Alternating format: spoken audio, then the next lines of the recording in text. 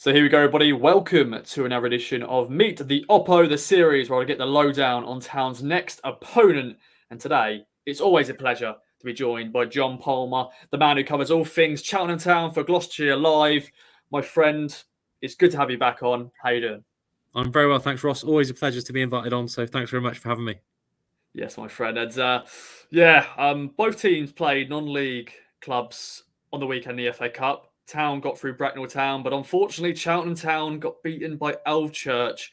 I think they play in the same division, but in this Central, and I think Bracknell and South. So, quickly give us a little recap on that before we get into the nuts and bolts of League One so far for Cheltenham. Yeah, it was a nasty shock to the system, really, for Cheltenham on Saturday. Drawn at home against a team from 4 levels below. You know there's going to be some shocks somewhere in the FA Cup, but I don't think anyone thought that. I don't think anyone foresaw what would happen because Ipswich were good value for the win. I think they played really well.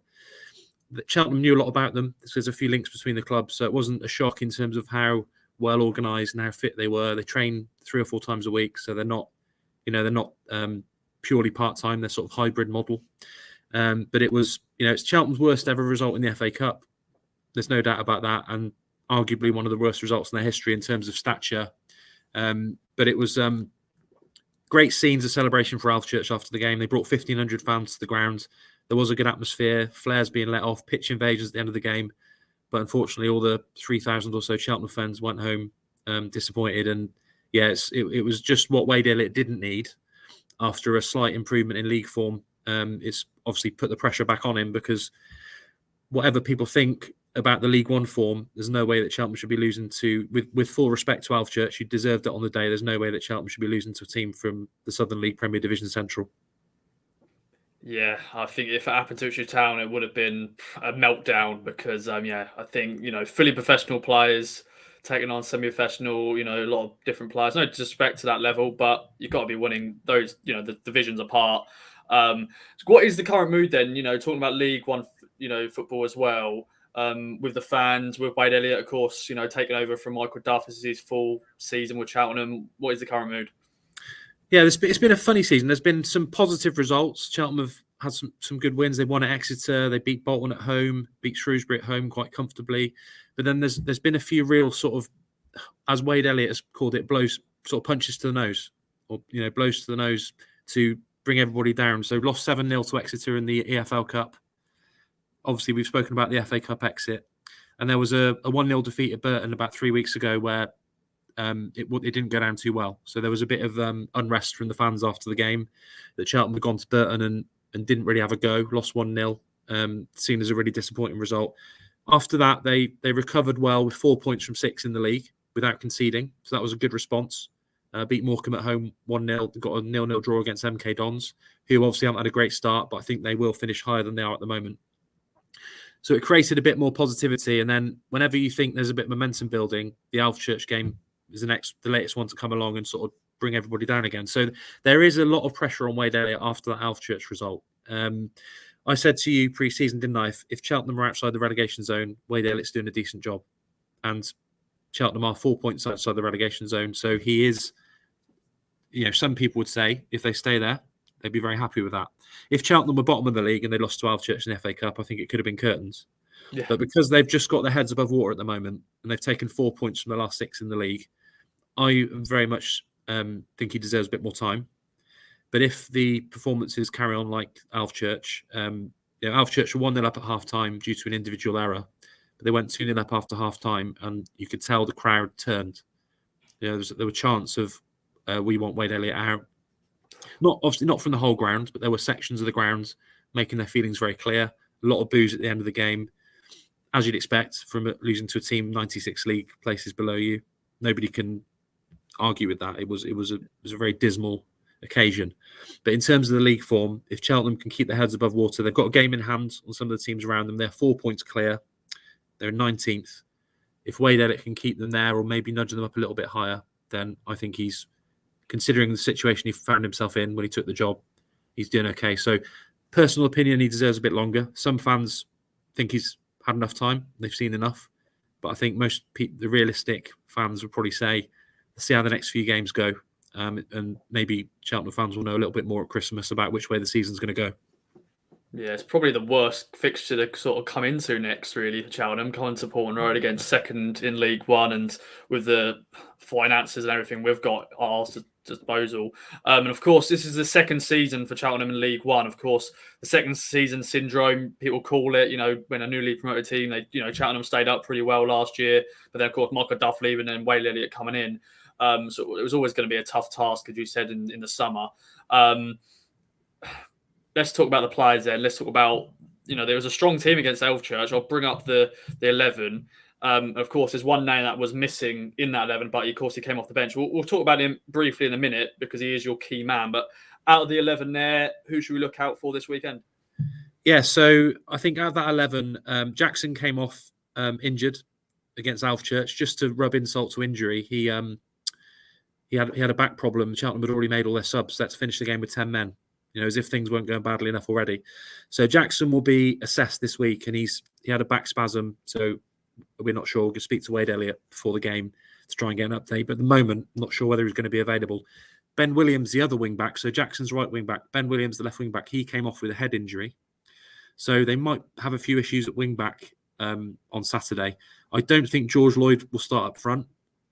He started against Ipswich, but he was the only one to keep his place for the reserve game against Yate on Tuesday. So Elliott changed the whole team apart from Lloyd, which suggests to me that he won't start at Ipswich, probably because the man you referred to earlier will come back into the team, possibly, Alfie May. So in terms of players to look out for, not including Alfie May, Southwood's on loan from Reading in goal for the season. He's had some ups and downs. Overall, he's done okay. Sean Long, the captain, right side of the back three. So it will be a back three, as always, for Cheltenham. But I think the one who has been excellent this season, but he did actually have a struggle against Ipswich, is Caleb Taylor, who's on loan from West Brom. Middle of the back three, absolute giant of a kid, 19 years old, probably about 6'5", son of Martin Taylor, who played at the top level for Birmingham and Blackburn.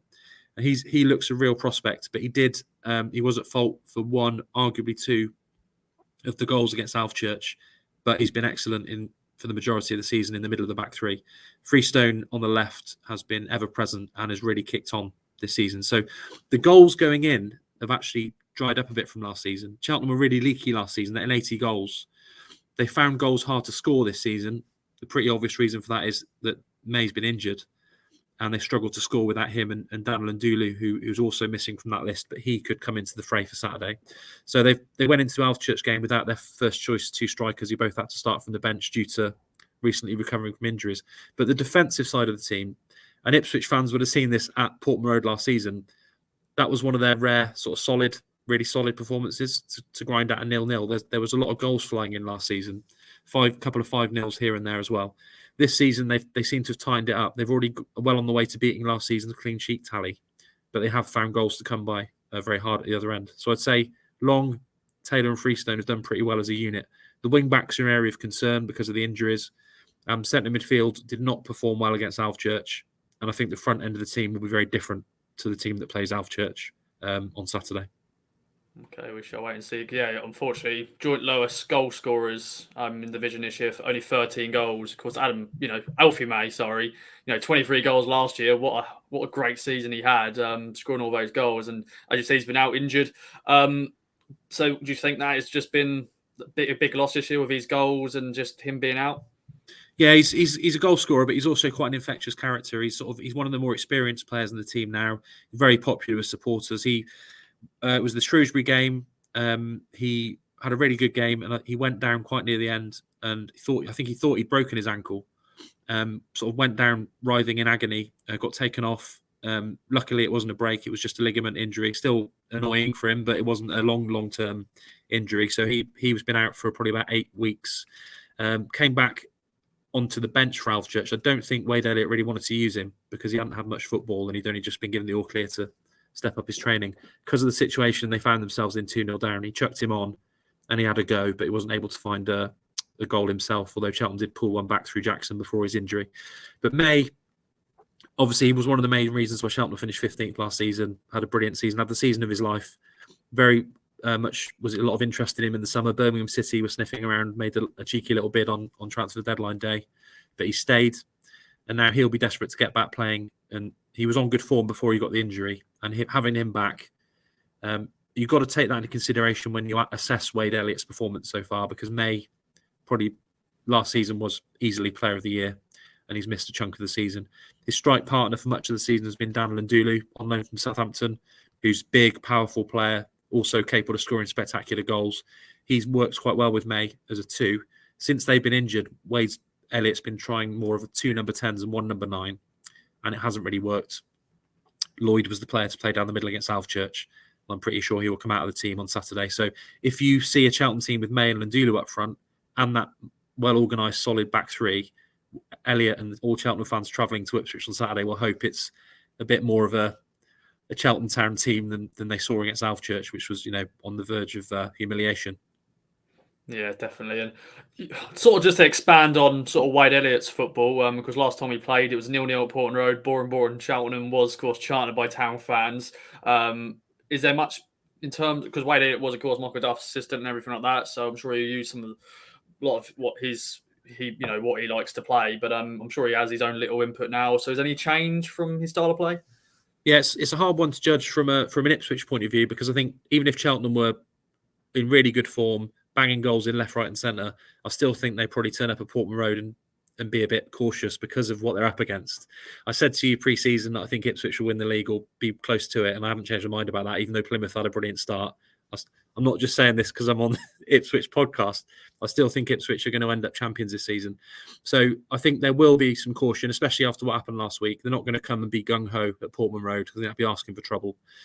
But it's ironic, really. Duff was known for his defensive organisation, was a central defender, taught the defenders some brilliant stuff and got the best out of the likes of Ben Tozer, Will Boyle, Charlie Raglan.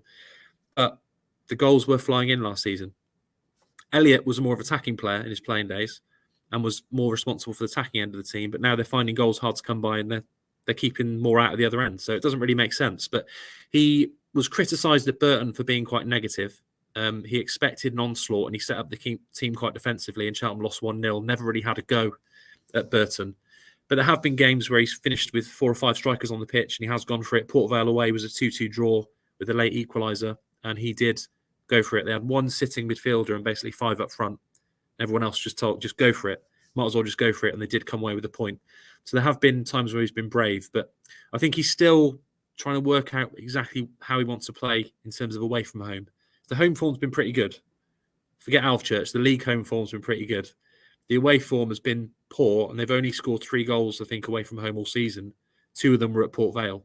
One was a winner against Exeter for Daniel Ndulu in a very sort of rearguard action result.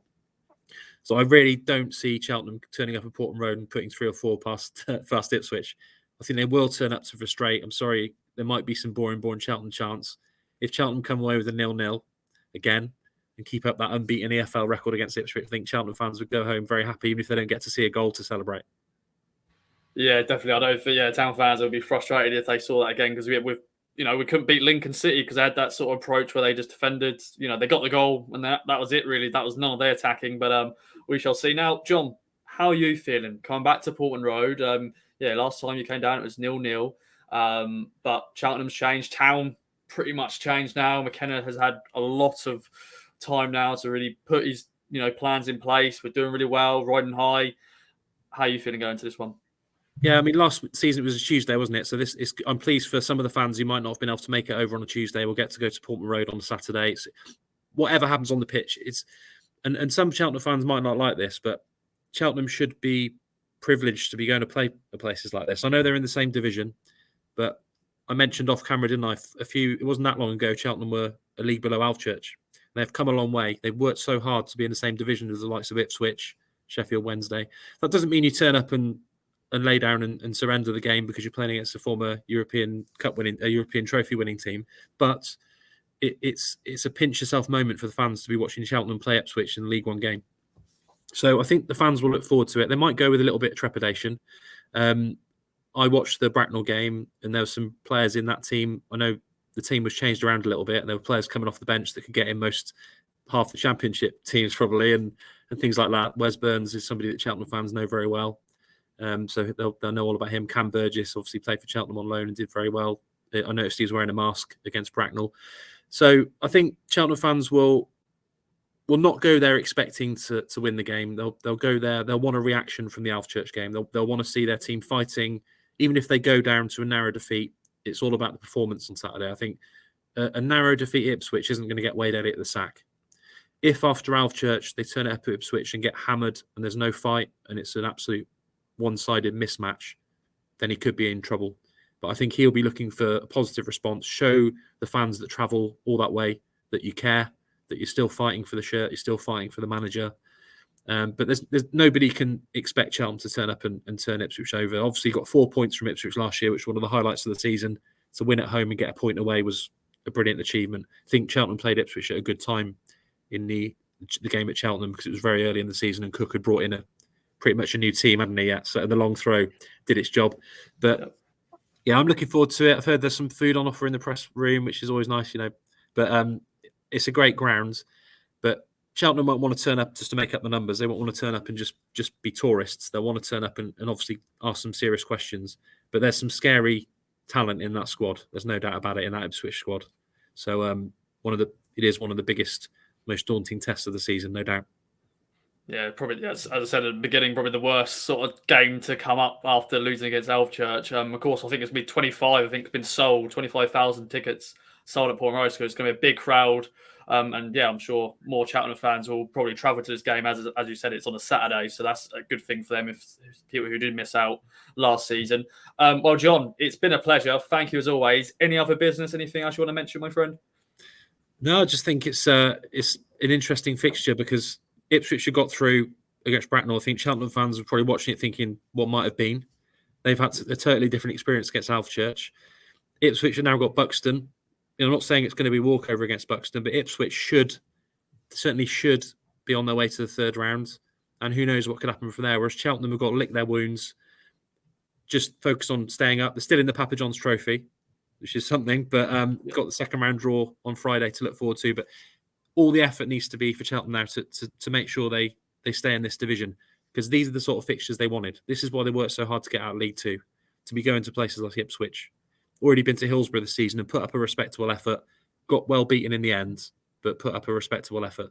I think that's what Cheltenham fans will be crying out for on Saturdays. Show a bit of fight, restore belief that this team can go on to survive again in League One, which is no mean feat when you look at the budgets and the history and things like that. So that's it, really. I'm looking forward to another visit to the great old ground. Yes, indeed, my friend. Perfect way to end it. Great words, as always. Thanks, everyone, for watching. Of course, follow the game with us. Follow the game with Jon for the Cheltenham Town side of view as well at Gloucestershire Live, for the build-up, what Wade Elliott's saying, what the other players are saying ahead of the game. Thanks again for watching. Bye-bye for now.